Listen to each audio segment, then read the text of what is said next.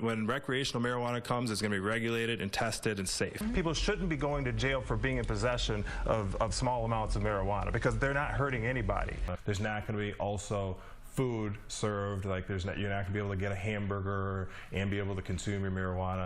Dispensaries that have been operating under that temporary authorization have to get a state license in order to continue to distribute marijuana. There's 47 states that have legalized some form of marijuana, either medically or recreationally. It's time for all of these people to be removed from prison. There's been 75 dispensaries, medical dispensaries in the city of Detroit that have also been waiting and hoping that they would be given the first opportunity for a recreational retail license. What we're talking about now is the regulated industry that the state of Michigan is introducing in 2018. Michigan's never had that. Up from between 2008 and 2017, Michigan has had nothing more than caregivers that are providing their marijuana to patients. If it becomes legal under this proposal, young people are going to use cannabis or alcohol. What's important is that if we regulate it, then there'll be less young people using it, and the cannabis that they find is not going to be in the black market. The black market will be significantly lessened if there's regulated marijuana. So that's exactly what needs to happen for less young people to use it. Those dispensaries that have been operating under that temporary authorization have to get a state license in order to continue to distribute marijuana. There's 277,000 patients in the state of Michigan, all over the state of Michigan, and most of them are relying upon getting their medicine from regulated dispensaries. So now attorney Barton Morris is here to help them. Rudy is one of the first people to provide a medical marijuana dispensary in the city of Detroit that was permitted by the city. It's my goal to see to it that he is released from prison. They were prosecuting him as a continuing criminal enterprise, right? Because Rudy has all of these homes allowing people to grow marijuana in buildings that he owned to service the community. Just weeks before the raid, Lawrence had seen a doctor who recommended he use marijuana for his pain. We demonstrated that there was a bona fide relationship with his physician that had certified him for the use of marijuana, that he was in possession of the marijuana for his personal medical use, that he uses quite frequently, quite often, in several different forms, and so the amount of marijuana that he had here wasn't unnecessarily large. It's still not going to be legal and safe for patients that want to use and need to use this. Your efforts are flawed, aren't they? Oh, absolutely not. First of all, the 10th Amendment of our Constitution states that the states have the right to regulate and legalize things within their state that don't have any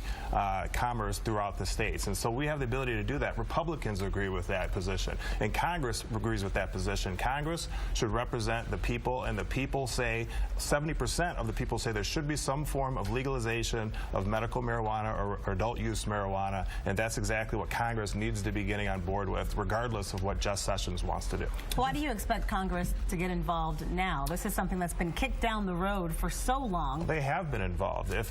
You should know that the Rohrabacher-Farr Amendment has precluded the Department of Justice from spending any money on medical marijuana initiatives with respect to states that have medical marijuana laws. That's about to be renewed probably on January 19th. And this is something that Jeff Sessions is about to do, is explode this issue so that all these congressmen can really get on board, because they represent the people, and the people say they want medical or recreational marijuana.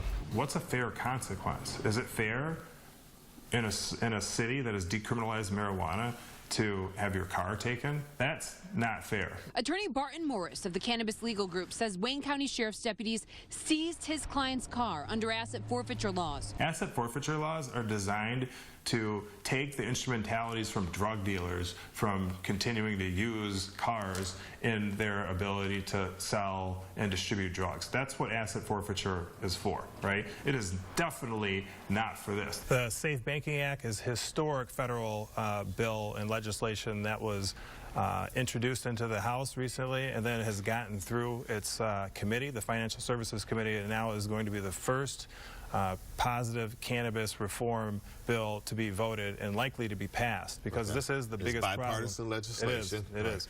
And it is the biggest problem federally with respect to our industry, which is the lack of traditional financial banking services that the industry does not have right now. And so our legislature, our Congress is doing something about that, and I'm very, very hopeful that that's going to pass very soon. And then we just reintroduced, or Congress just reintroduced the States Act, which I think is also very likely to get some favorable treatment within a committee and perhaps get to a floor for a vote and become law. And it basically says that every state has the right to do what they're doing now. Michigan has the right, and what we've done is legalize recreational adult use marijuana and medical marijuana. And that's where it gets into the 10th Amendment there. Right, and the 10th Amendment says that as long as we're not interfering with any other states, we're not interfering with interstate commerce, then we have the right to do with what we want within our state. And we don't, as long as we're not interfering, we're not trafficking marijuana or anything out to other states like Ohio or Wisconsin, we get to, the States Rights Act gives us that right to continue to do that, and that will allow for some better banking scenarios to open up, and also tax issues that are holding the industry back as well.